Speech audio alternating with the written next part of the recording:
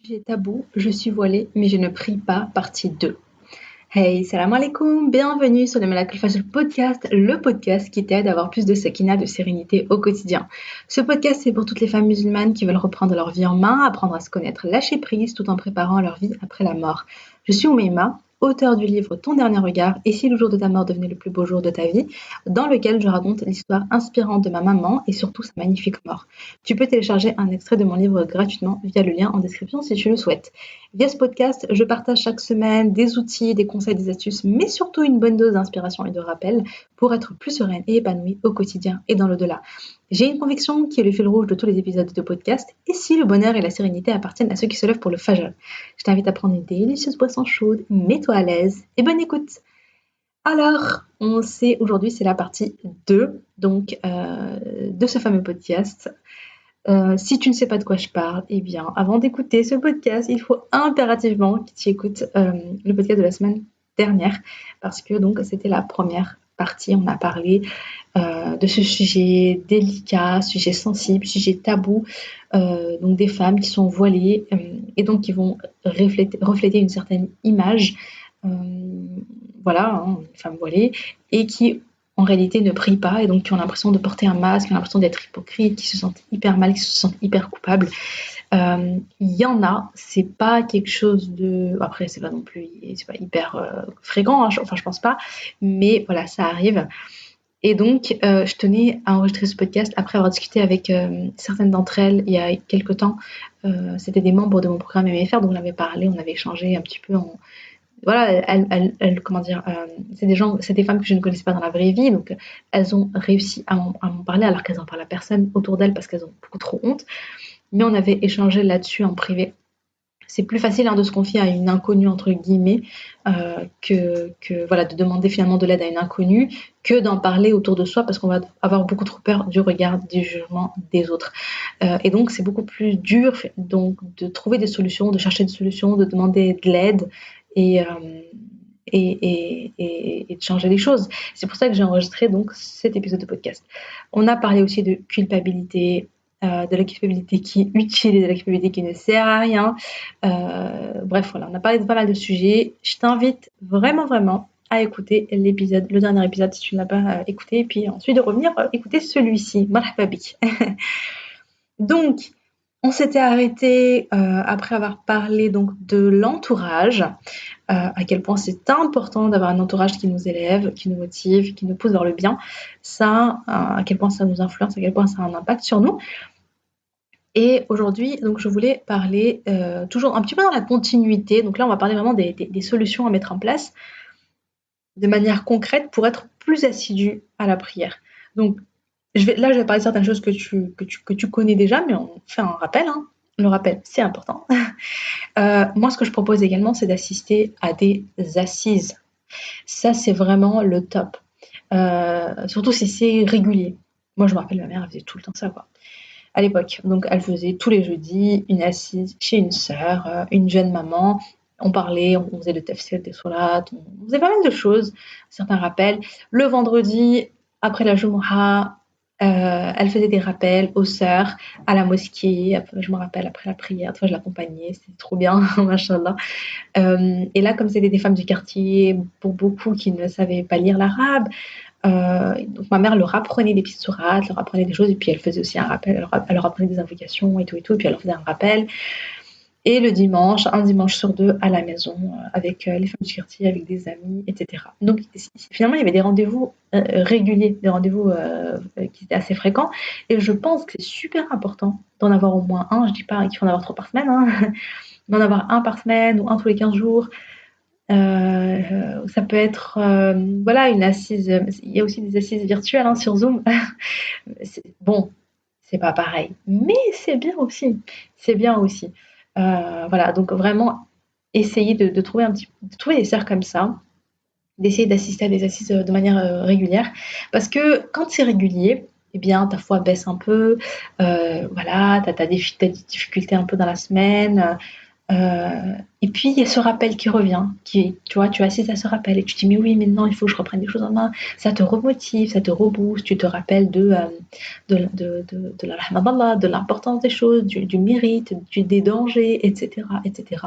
Et ça motive beaucoup pour reprendre des choses en main. Donc après, donc j'ai dit, soit tu peux y aller s'il y en a vers chez toi, soit tu peux assister à des cours sur Zoom, soit tu peux en organiser toi-même avec ta famille, hein, tes enfants, ton mari, vous prenez des livres sur la religion, vous lisez ensemble, etc. Donc tu peux également faire ça. Et j'ai envie de te dire, si vraiment tu es seule et qu'il y a personne, bah fais-le toi-même toute seule, ce n'est pas grave.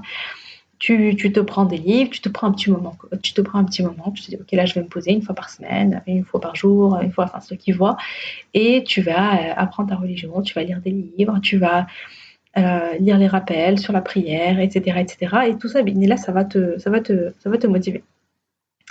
En tout cas, sache que plus ton cœur baigne dans le rappel, plus tu vas avoir l'envie et la motivation, et plus tu es connecté à Allah, et plus c'est facile finalement, enfin facile, en tout cas, t'as cette motivation-là d'agir, de faire le bien pour Allah. Euh, il y a ce hadith par rapport aux assises, il y a ce magnifique hadith du prophète sallallahu alayhi wa sallam. Il n'y a pas une fois où des gens se réunissent dans l'une des maisons d'Allah pour réciter le livre d'Allah et pour l'étudier entre eux, sans que la sérénité, la sakina, ne descende sur eux, que la miséricorde ne les couvre, que les anges ne les entourent de leurs ailes et qu'Allah ne les mentionne devant ceux qui sont auprès de lui, rapporté par Muslim dans son Sahih numéro 2699. Donc, c'est très beau, c'est un très beau hadith parce que, voilà, donc, quand tu es dans le rappel, quand tu te réunis pour le rappel d'Allah, ce qui se passe, c'est qu'Allah, il descend sa sakina. Il descend sa sakina sur toi. Et ça, voilà, du coup, ta foi, elle augmente. Du coup, il y a une lumière, en fait, il y a une lumière particulière. Tu profites de cette lumière particulière et ça te pousse au bien et ça te motive au bien et ça te pousse à agir pour plaire à Allah. Ça va te donner la motivation euh, pour, euh, pour prier, pour être assidu, pour prier à l'heure, etc. Donc j'ai également, donc voilà, juste avant j'ai parlé donc d'apprendre des mérites, d'apprendre des bienfaits, d'apprendre quels sont les châtiments, apprendre finalement ta religion,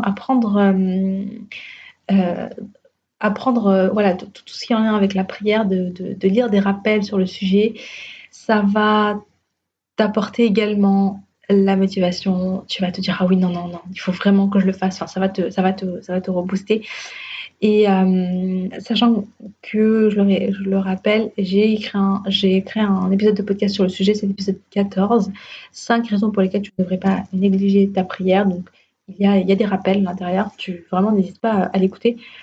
Bien sûr, l'invocation d'Allah, le fait de faire des du'as, le fait de demander l'aide d'Allah, parce que c'est Allah qui change les cœurs, c'est Allah qui permet, c'est Allah qui descend la guidée, c'est Allah qui donne la santé pour pouvoir prier. Il y a des gens, ils aimeraient bien prier, mais ils ne le peuvent pas. Voilà, moi j'ai vu Oumi, voilà, quand elle était en fin de vie, bien oui, elle pouvait plus. Pourtant, elle s'est battue jusqu'au bout et c'était hyper inspirant, mais elle pouvait plus prier normalement. Elle pouvait plus prier normalement. Elle a prié assise, elle a prié allongée, et puis elle a prié aussi qu'avec les yeux. Donc finalement, le fait de pouvoir prier, de se prosterner, il y a des gens qui te disent mais j'aimerais faire une prosternation pour Allah, juste une prosternation pour Allah, et qui ne le peuvent pas parce que elles ont un handicap, voilà, peut-être sur un fauteuil roulant, ne peuvent pas marcher, ils ont une paralysie, etc. Et ça, c'est des personnes paraplégiques. Et donc, vraiment, c'est une ni'ma. Pouvoir avoir la santé déjà d'adorer Allah, c'est un énorme bienfait, c'est un énorme cadeau. Donc, remercier Allah pour tout ce qu'il nous a donné et l'invoquer et lui demander. Donc, lui demander de l'aide, lui demander de nous permettre d'être assidus dans la prière, etc. C'est hyper important. Et puis, je voulais parler d'une chose. Je voulais parler d'une chose qui me semble vraiment importante. C'est le fait de décorréler le fait de prier à l'augmentation ou la baisse de foi. C'est pas, ouais, quand j'ai la foi, quand je suis motivée pendant le mois de Ramadan, parce que le mois de Ramadan, c'est une ambiance spéciale, il y a les tarawih, on va à la mosquée avec les sœurs, je sens que ma foi, elle augmente, j'écoute beaucoup de rappels pendant la période du mois de Ramadan, et je suis active, etc., il se passe plein de choses. Donc, à ce moment-là, je prie, parce que j'ai ce boost un peu j'ai ce boost de foi, j'ai cette boost de motivation, j'ai tout ça. Donc je prie. Et puis après le mois de Ramadan, quand la foi baisse un peu, quand la motivation baisse, quand tout ça baisse, eh bien, j'ai plus cette envie, j'ai plus cette motivation, et donc je délaisse la prière. Je commence à délaisser la prière.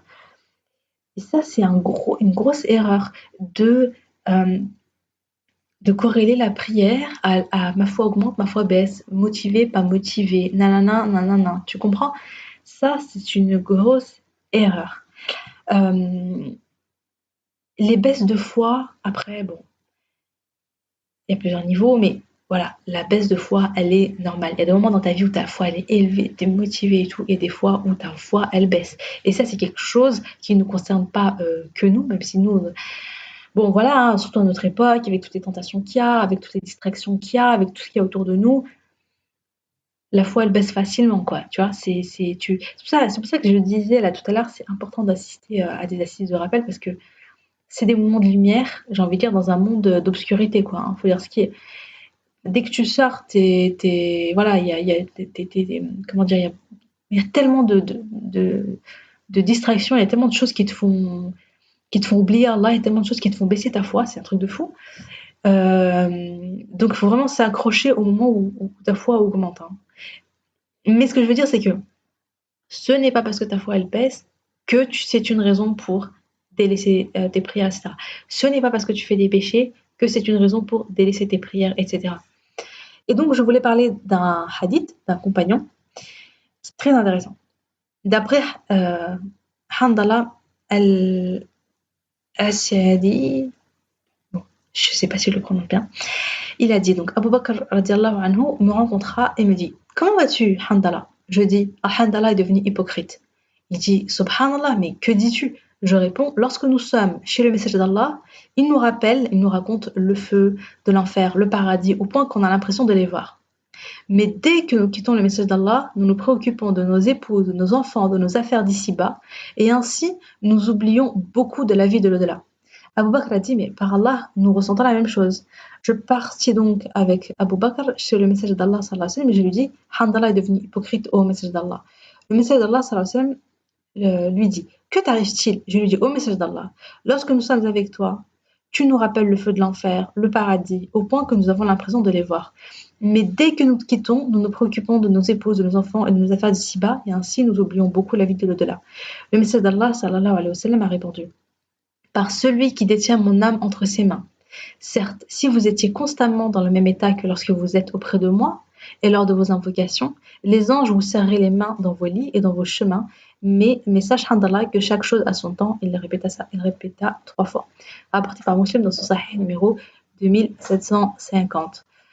Donc, le prophète sallam lui dit, donc Handallah se sent hypocrite parce qu'il y a des moments où sa foi elle est haute quand il est avec le prophète sallam, quand je lui parle du paradis de l'enfer, il a l'impression de les voir, etc. Donc sa foi est élevée.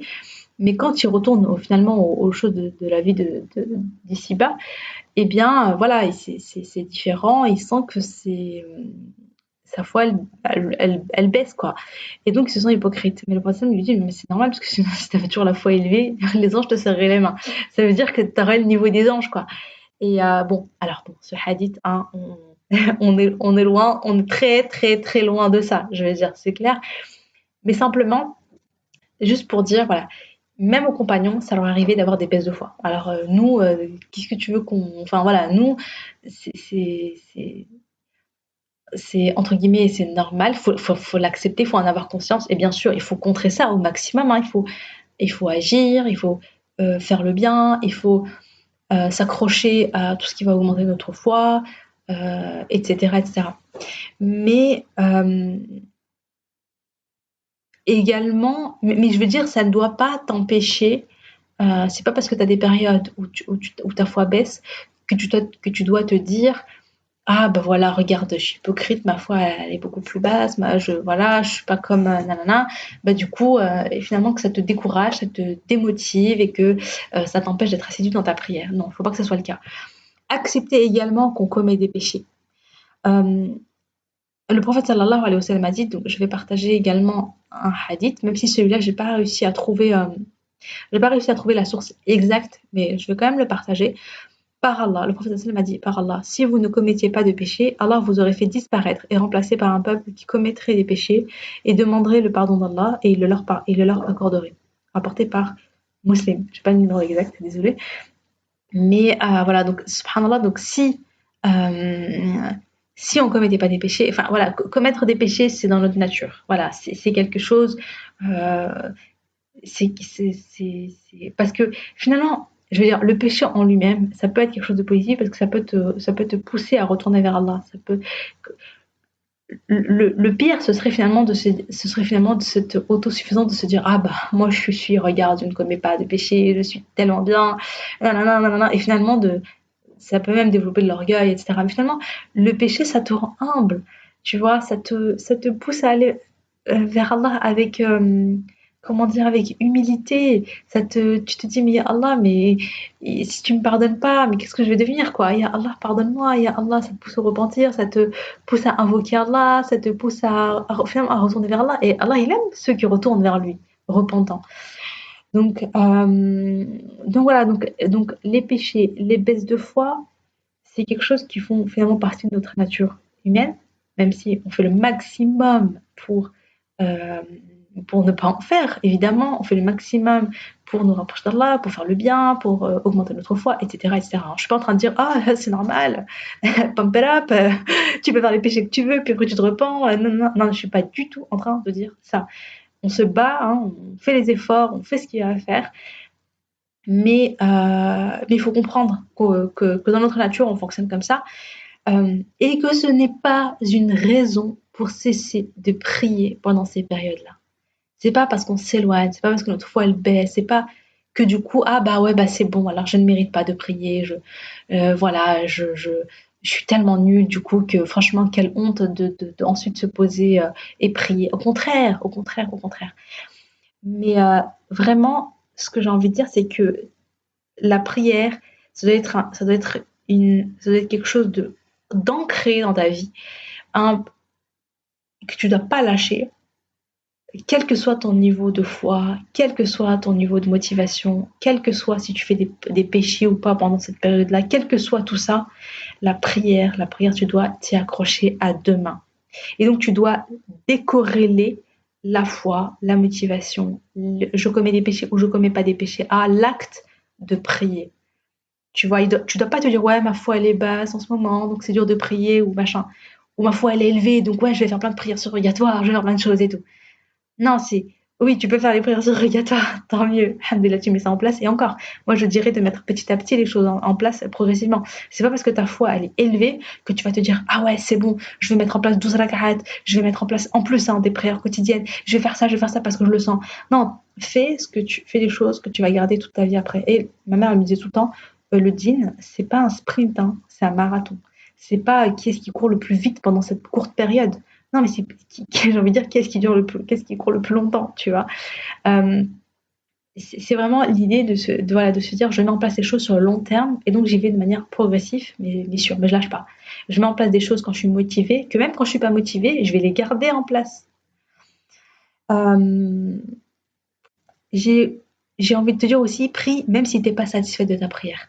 Parce que ça aussi, ouais, mais franchement, en ce moment, je prie, mais regarde, je suis même pas concentrée. Il y a les enfants qui crient à côté. J'arrive pas à avoir ce moment de relaxation, de méditation, ce moment vraiment où je suis connectée à Allah. Oh là là, non, moi je prie en mode automatique. Je prie, et voilà, ça court de partout. Je prie, j'arrive même pas à me concentrer. Je prie en pensant au repas que je dois cuisiner tout à l'heure. Mais mes prières, elles ne servent à rien en fait. Mais il vaut mieux que je lâche. Non, non et non. Tu pries, même si tu n'es pas satisfaite de ta prière. Tu pries et tu l'améliores au fur et à mesure. Il vaut mieux que tu fasses ce que tu peux maintenant. Là, tu vois, franchement, quand je dis on avance dans l'imperfection, même là, voilà, ça, c'est une phrase que tu peux appliquer. C'est-à-dire que te dire, bah, j'avance dans l'imperfection. Je vais l'améliorer, ma prière, bi'idhnillah. Certes, c'est imparfait, qu'Allah me pardonne et qu'Allah me permette d'améliorer ma prière pour qu'elle soit vraiment, vraiment, que ce soit une prière où, tu vois, que ce soit une belle prière, quoi, tu vois, avec la méditation, avec tout ce qui va avec. Mais en attendant, tu pries quand même. C'est pas une raison pour te dire, ouais, mais de toute façon, mes prières, voilà, franchement, à quoi ça sert? Ça sert à rien, regarde comment je prie. Non, non, non, et non, ne dis pas ça, tu vois. Donc, je disais, voilà, prie, avance en même temps, prie, améliore petit à petit. Prie, même si tu culpabilises, même si t'as pas envie, même si ta foi est basse, etc. En fait, il y a vraiment un truc de se dire, mais j'ai plus le choix, quoi. Et donc, pour mettre en place cette prière, comment il faut voir les choses, moi, enfin, en tout cas, c'est mon point de vue, c'est vraiment de se dire, la prière est une habitude que je dois mettre en place. De toute façon, notre dîne, je sais pas si tu as remarqué, mais dans notre dîne, on a comme ça c'est vraiment une religion où il y a énormément de routines. Et c'est pas pour rien, hein. C'est parce que les routines, c'est ce qui, comment dire, c'est le plus facile. Quand tu as des routines dans ta vie, euh, une fois que tu les as mis en place, je dis pas, hein, au début c'est dur de les mettre en place, mais une fois que tu les as mis en place, et c'est pour ça aussi que c'est bien de le faire depuis petit, hein, d'apprendre à nos enfants les prières, les invocations, etc. depuis qu'ils sont petits en réalité, c'est parce qu'ils grandissent avec, donc ça devient la norme. Et donc voilà, donc quand tu mets en place les routines, ça devient ta norme, ça devient normal, et c'est quand tu ne les fais pas que t'es pas bien, il y a un problème. Donc, la première chose qu'il faut comprendre, c'est que, comme je le disais, oui, ça demande de l'énergie, des efforts, un combat, etc., à mettre en place au départ. Mais ce qu'il faut aussi comprendre, c'est qu'une fois que c'est en place, eh bien, ton quotidien est beaucoup plus facile et ne pas le faire devient plus dur que de le faire. Ça y est, après, t'es lancé. Je pense qu'il faut se donner environ 90 jours. Tu peux te dire, ok, par exemple, là, je suis pas assidue dans mes prières, je fais pas mes prières, je les fais pas à l'heure, je les fais un jour sur deux. Bref, te dire, ok, pendant 3 mois, tu peux te donner, je pense que 3 mois, c'est une bonne moyenne. Pendant 3 mois, ça va être un challenge. Ça veut dire, pourquoi c'est important de se dire ça à soi-même? Pour que tu saches qu'il va falloir y mettre de l'énergie. Pendant ces 3 mois, ça va être ton focus, ça va être ta priorité, tu vas devoir te concentrer là-dessus. Ton focus, ça sera pas si en même temps, je sais pas, tu avais prévu de te mettre au régime ou de te mettre au sport. Non, non, non, non, non. Ces objectifs-là, tu vas les mettre après. On ne change pas tout en même temps, sinon on abandonne tout d'un coup. C'est plutôt de te dire, ok, maintenant pendant 3 mois, je vais me concentrer sur ça. C'est ça mon objectif, c'est ça ma priorité. Tout le reste, c'est pas grave, voilà. Mais ça, je suis à l'affût, je mets mon énergie dedans. Donc 3 mois, mon focus, c'est ça. Ce que je te conseille également, c'est d'avoir un tracker. C'est de te faire une espèce de te faire un. Est-ce que tu vois ce que c'est un tracker? Tape tracker sur Google. Je sens que je vais me perdre dans les explications, mais grosso modo, c'est une espèce de grille, une sorte de grille. Tu mets les jours de la semaine, enfin, c'est une sorte de grille mensuelle en général, c'est sur 30 jours. Et toi, tu vas mettre prière du Sobh, tu vas mettre le Fajr, le Dohr, le Asr, le Maghrib, le Isha. Et il faut que tous les jours, tu remplisses le tracker. C'est-à-dire que tu mettes une petite croix, ou un petit cercle, enfin bref, un truc pour dire, ok, j'ai fait ma prière. Ok, j'ai fait ma prière.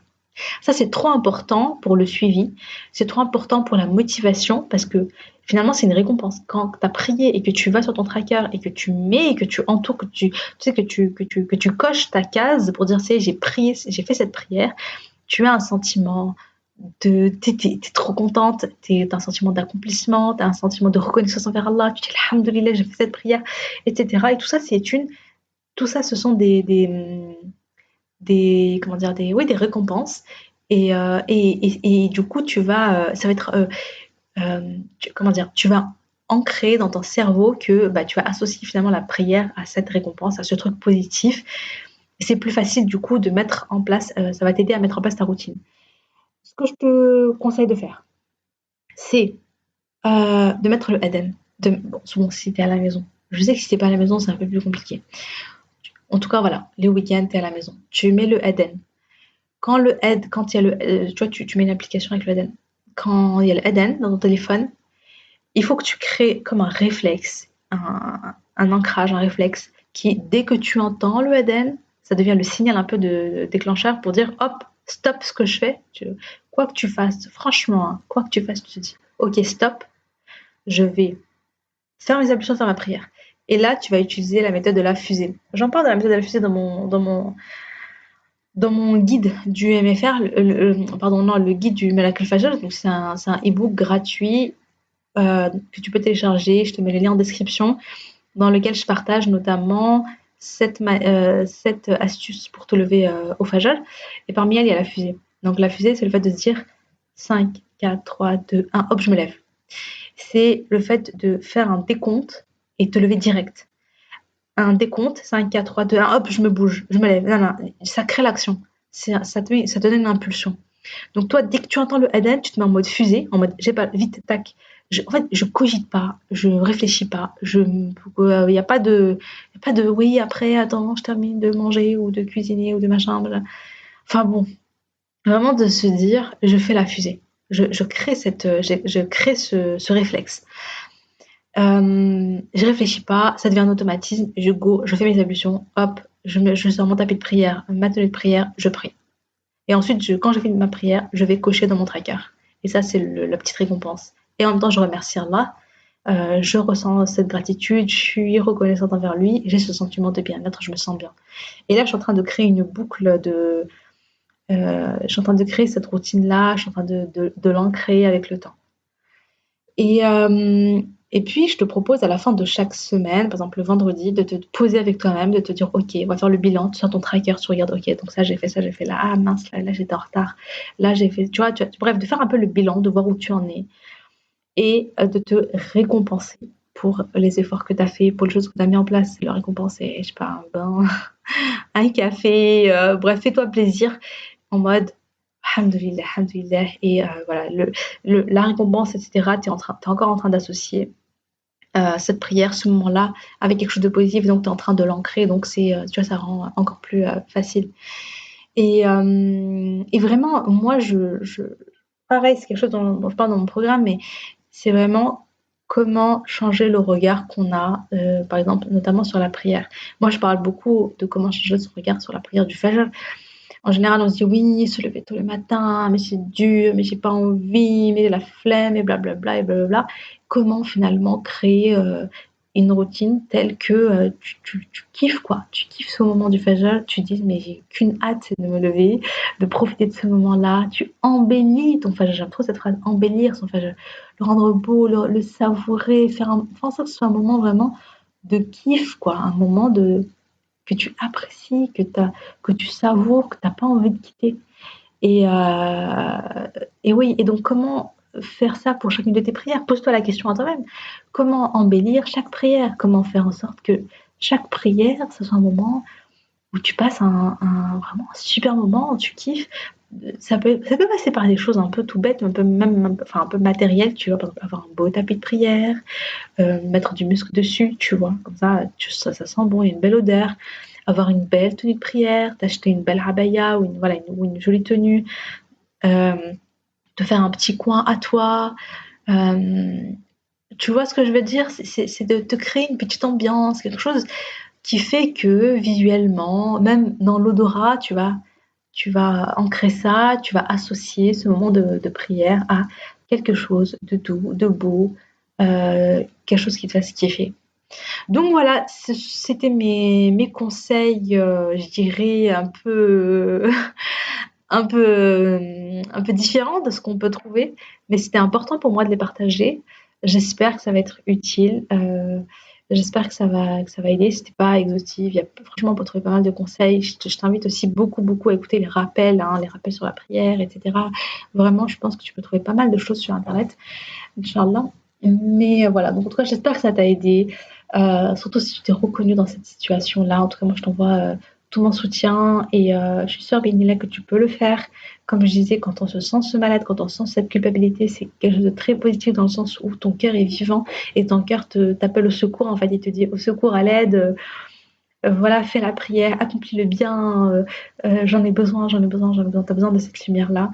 Et alhamdoulilah. Voilà, j'espère que ça t'a été utile. Si tu as aimé ce podcast, vraiment, n'hésite pas à le partager au maximum autour de toi, parce je pense vraiment qu'il y aura toujours une ou deux personnes qui vont être concernées et qui n'auraient peut-être jamais osé demander de l'aide et qui, peut-être que ce podcast-là, en mettant en place les conseils que j'ai donné, eh bien, j'espère vraiment qu'elles vont y arriver, Inch'Allah.